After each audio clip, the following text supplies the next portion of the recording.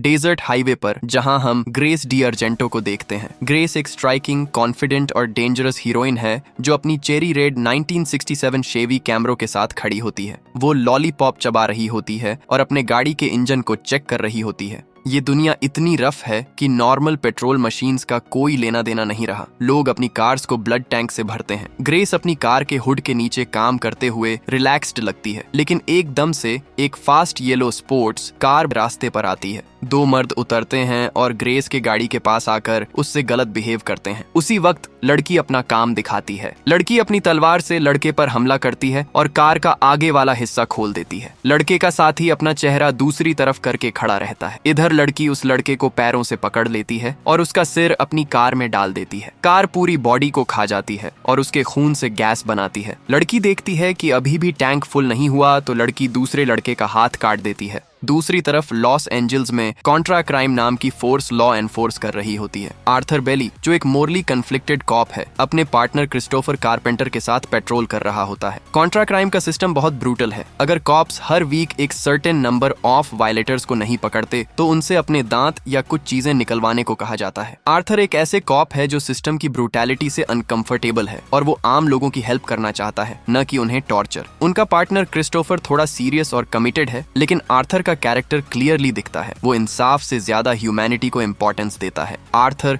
और क्रिस्टोफर एक ware house को इन्वेस्टिगेट करते हैं, जहां उन्हें एक पार्टी की तरह सिचुएशन नजर आती है। ये party actually blood drive racers का गैदरिंग होता है, जहां हर रेसर अपनी blood powered car, devilish personalities और एक्सट्रीम कॉस्ट्यूम्स के साथ मौजूद होता है। ये लोग एक से ज्यादा साइकोपैथ टाइप इंडिविजुअल्स दिखते हैं। फ्लोरिस्ट आउटफिट्स में जेंटलमैन और उसका पार्टनर स्कॉलर और बहुत सारे ऐसे रैकेट कैरेक्टर्स जो पूरे कैओस और मेधम को एंजॉय करते दिखते हैं। जूलियन स्लिंक स्टेज पर एक थिएट्रिकल इंट्रोडक्शन करता है और ये रेस का मास्टर ऑन ऑफ सेरेमनीज होता है। स्लिंक की डायलॉग डिलीवरी और उसकी स्टेज प्रेजेंस बहुत एक्सैजरेटेड है, जैसे वो पूरी तरह शोमैन हो। ये क्लियर होता है कि ब्लड ड्राइव सिर्फ रेस नहीं बल्कि एक एंटरटेनमेंट का मसाला है, जहां ब्रूटैलिटी को ग्लोरीफाई किया जाता है। जिस तरह से वो क्राउड को एड्रेस करता है, लोगों को देखकर बंदे को फीड किया जाता है कार्स के इंजन्स में, तमाशा बहुत डिस्टर्बिंगली प्रेजेंट होता है। आर्थर एक्सीडेंटली या फेट के थ्रू क्राउड के बीच पुश होता है। उसके गिरने से ग्रेस हिट हो जाती है और उसके हुड को थोड़ा डैमेज होता है। ग्रेस इंस्टेंटली एंग्री हो जाती है और आर्थर की तरफ थोड़ी वायलेंस के साथ रिएक्ट करती है, लेकिन क्राउड इस मोमेंट को एंटरटेन की तरह ट्रीट करता है। स्लिंक देखता है और डिसाइड करता है कि आर्थर और ग्रेस को एक टीम बनाया जाए। वो दोनों को लिंक्ड हेड इम्प्लांट्स इंजेक्ट कर देता है। इम्प्लांट्स जो उनके स्कल्स के बेस पर लगा दिए जाते हैं, जिसे रिमूव करने या लास्ट प्लेस फिनिश करने पर लेथल इलेक्ट्रिक शॉक मिलती है। ये टेक्नोलॉजी इंश्योर करती है कि कॉन्टेस्टेंट्स साथ रहें और रूल्स ब्रेक न करें, वरना इंस्टेंट डेथ हो सकती है। इसी कैओस में एक और ट्विस्ट होता है। क्रिस्टोफर, आर्थर का पार्टनर और एक फीमेल ऑफिसर आकी एक बार फिर से खून, वायलेंस और मिस्ट्री के बीच खुद को पाते हैं। आकी है एक हार्ट एंटरप्राइजेस के एजेंट जिसे वो लोग पहचानते नहीं, और वो क्रिस्टोफर को हार्ट इंडस्ट्रीज के लैब्स में ले जाती है इन्वेस्टिगेट करने। जब वो दोनों लैब के अंदर एंटर करते हैं, उन्हें बॉडीज हैंगिंग फ्रॉम सीलिंग दिखाई देती हैं, जिन पर सिमिलर मार्किंग्स हैं जो लोगों के आर्म्स पर थी, जिन्हें आर्थर और क्रिस्टोफर ने अर्लियर इन्वेस्टिगेट किया था। क्रिस्टोफर घबरा जाता है और आकी की ट्रू नेचर रिवील होती है। वो एक एंड्रॉइड जैसी चीज है जिसमें कलरफुल केमिकल्स निकलते हैं जब वो खुद को नुकसान पहुंचाता है। जब क्रिस्टोफर ये समझने की कोशिश करता है, दूसरी वर्जन ऑफ आकी अपीयर होती है और वो क्रिस्टोफर को अनकॉन्शियस कर देती है।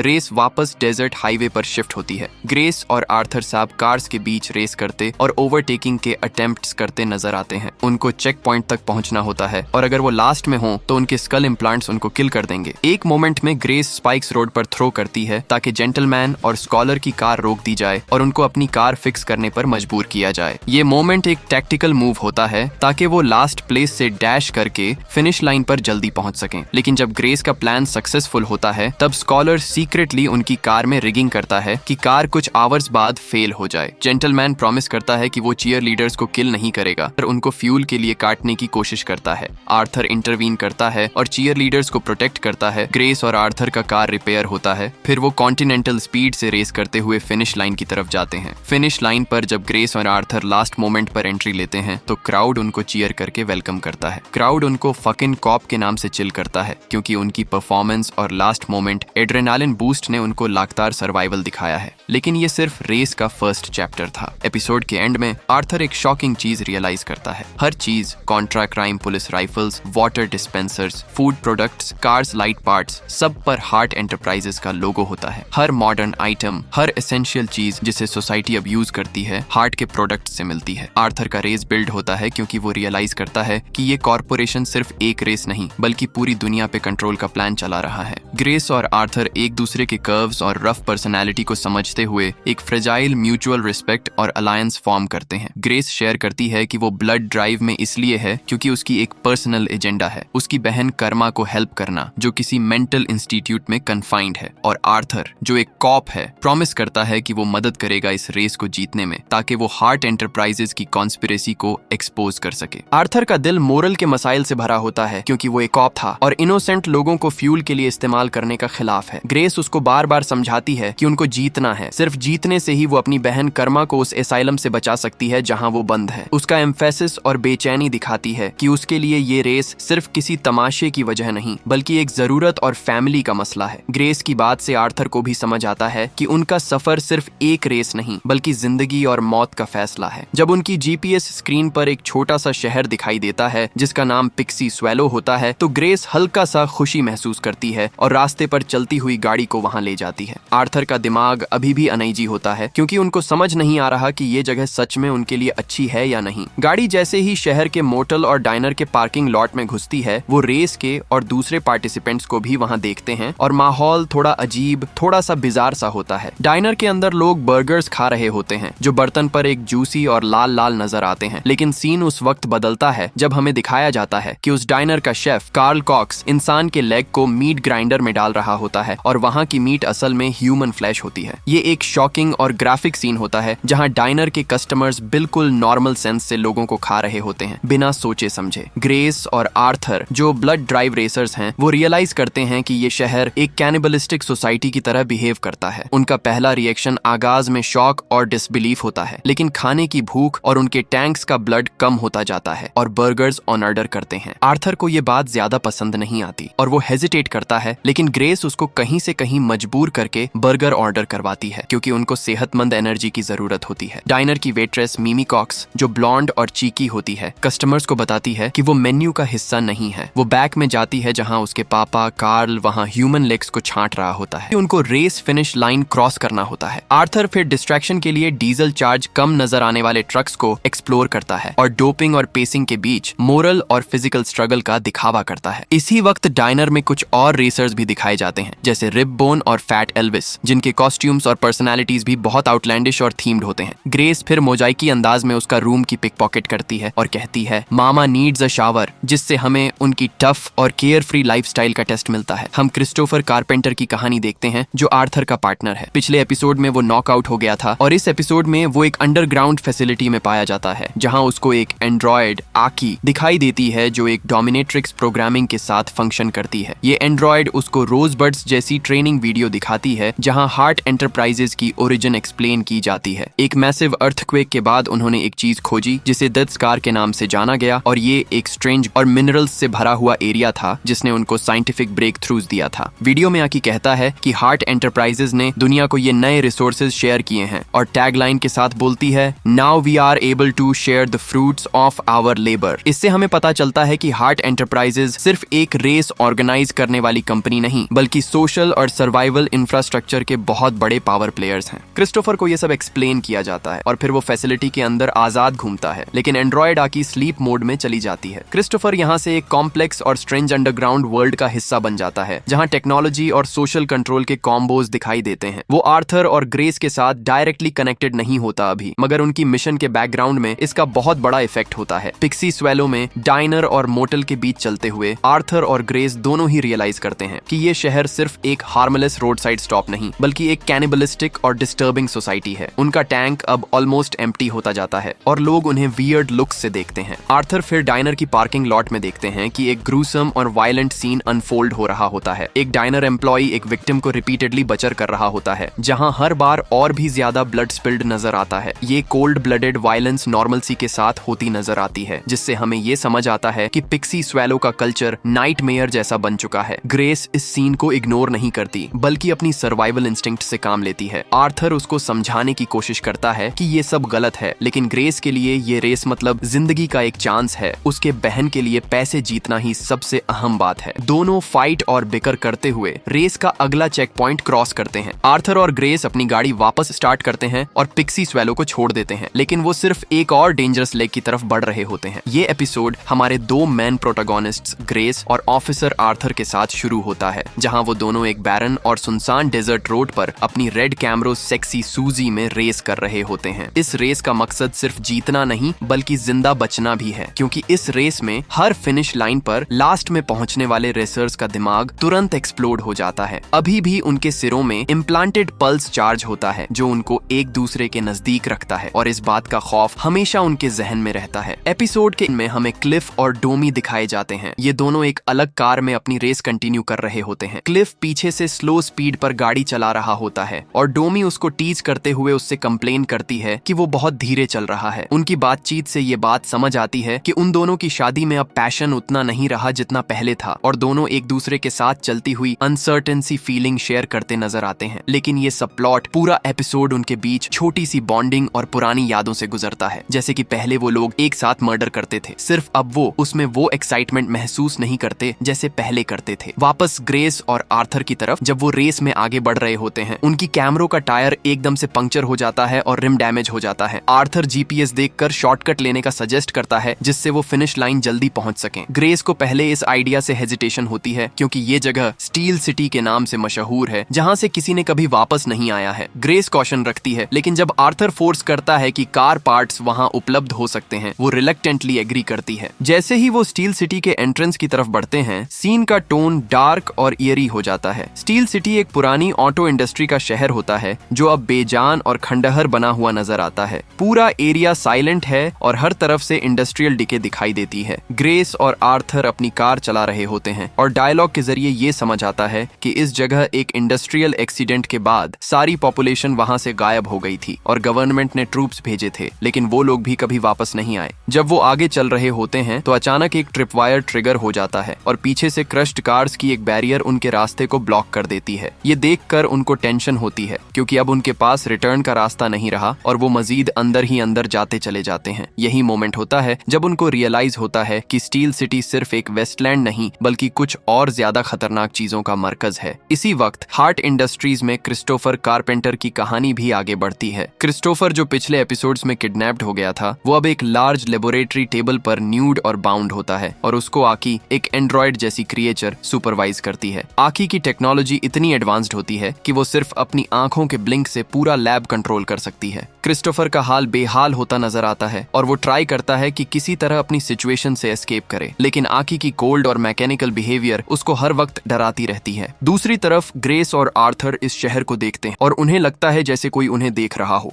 तभी उन्हें महसूस होता है कि कोई आ रहा है तो वे भागने लगते हैं। यह ग्रुप अपने आप को सिनर्जी के नाम से बुलाता है। ये लोग ग्रेस और आर्थर की कार को देखते हैं और उसे सीज कर लेते हैं। ये स्टील सिटी सर्वाइवर्स अपने आप को नाइट से बचाने के लिए एक फोर्टिफाइड एरिया में रखते हैं, क्योंकि बाहर अंधेरे में कुछ ऐसे क्रिएचर्स होते हैं जो सिर्फ बाहर ही सर्वाइव कर सकते हैं। उन लोगों का लीडर एक वुमन होती है जिसको सब सुपरवाइजर बुलाते हैं। वो फ्लोरेसेंट लाइट्स और मॉनिटर्स से घिरी एक थ्रोन पर बैठी होती है और उनका ग्रुप एक तरह का रिचुअल और आइडोलाइज कल्चर फॉलो करता है, जहां वो कार के पार्ट्स को ऑलमोस्ट श्राइन जैसा समझते हैं। पर उनको डर इस बात से रहता है कि रात को जो ग्लिमर्स नाम की मखलूकात बाहर निकलती हैं वो उनको खत्म कर देंगी, और इसलिए सर्वाइवर ग्रुप ने पूरी जगह एनक्लोज कर रखी होती है। अब सीन शिफ्ट होता है पैरेलल टू डोमी और क्लिफ की कार पर। उनको एक और ड्राइवर क्लाउन डिक डिस्टर्ब करता है जो उनके पीछे से आ रहा होता है और थोड़ी देर तक चेज करता है। तो क्लिफ और डोमी एक ब्लडी ऑर्गन जो उन्होंने एक बेलहॉप विक्टिम से निकाला होता है क्लाउन डिक की विंड स्क्रीन पर थ्रो कर देते हैं, जिससे क्लाउन डिक फोर्स्ड होता है कि अपनी कार रोक दे। ये मोमेंट उनकी बीच पुरानी केमिस्ट्री को वापस जगाता है। उन दोनों के अंदर का सैवेज और पैशन दोबारा आग जला देता है और वो रियलाइज करते हैं कि उन दोनों अब भी एक दूसरे के साथ डीप कनेक्शन शेयर करते हैं जो उनकी मैरिज में फिर से जल रहा होता है। स्टील सिटी सर्वाइवर्स के स्ट्रॉन्गहोल्ड के अंदर आर्थर एक अटेम्प्ट करता है फ्रेंडली डायलॉग एस्टेब्लिश करने का और उनको बताता है कि वो शर्मिंदा नहीं बल्कि रास्ते से गुजरते हुए सर्वाइव करना चाहते हैं। ग्रेस पीछे छुपकर रेडी रहती है अपने गियर शिफ्ट से स्टैब करने के लिए, क्योंकि क्योंकि उन दोनों को मालूम है कि ये ग्रुप शायद उन पर थ्रेट बना सकता है। लेकिन सर्वाइवर ग्रुप कुछ हद तक कोऑपरेटिव दिखाई देता है और बताता है कि वो इस रात कैसे सर्वाइव करते हैं। जब रात गिरा रही होती है तो पूरा एनवायरनमेंट और भी ज्यादा ड्रेड और हॉरर से भर जाता है। स्टील सिटी के बाहर ग्लिमर्स चिक लेयर्स से, जो कभी नॉर्मल ह्यूमंस थे, अब हॉररिफाइंग म्यूटेंट्स बन चुके होते हैं। इन ग्लिमर्स का स्किन ग्रीनिश ग्लो देता है और उनकी आंखें इल्यूमिनेटेड होती हैं। उनकी सबसे बड़ी वीकनेस लाइट होती है, स्पेसिफिकली फ्लोरेसेंट लाइट, क्योंकि जब भी कोई ग्लिमर किसी ब्राइट लाइट के सामने आता है तो वो एक्सप्लोसिव ग्रीन डस्ट में ब्लास्ट हो जाता है। यही रीजन होता है कि सर्वाइवर्स ने अपनी फोर्टिफाइड एरिया के अंदर ब्राइट लाइट्स अरेंज किए होते हैं।